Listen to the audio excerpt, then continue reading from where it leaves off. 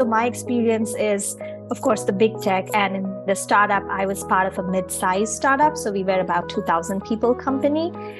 So that almost kind of looked like a big tech in a lot of sense. But I also was a part of a pre-revenue startup. So there is still no product market fit, or the customers are still in the POC stage.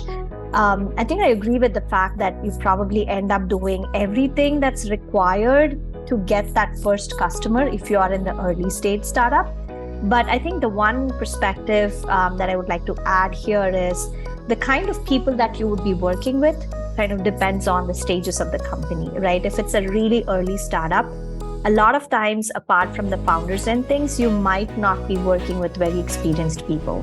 So, for example, in the pre-revenue startup I was with, some of the engineering folks didn't even really understand what product actually brought to the table as a function. So there is some kind of a learning and working from us, cross-functional management that you would probably have to do a little bit.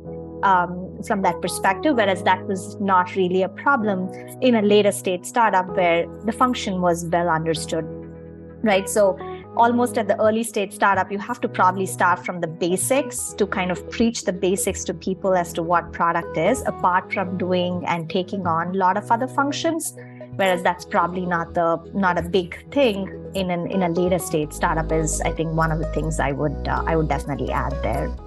And I think also the org structures as a PM also looks very different when you consider, as Mace mentioned, if you're an 8 people, like you are the only product person, you probably are doing everything there. Versus in a later stage company, a later stage startup, or a growth stage startup, you probably have multiple levels from product team, at least 1 or 2 levels from a product team.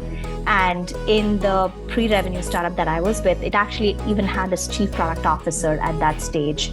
So long story short, I think even the same kind of startup and its competitors behave very differently.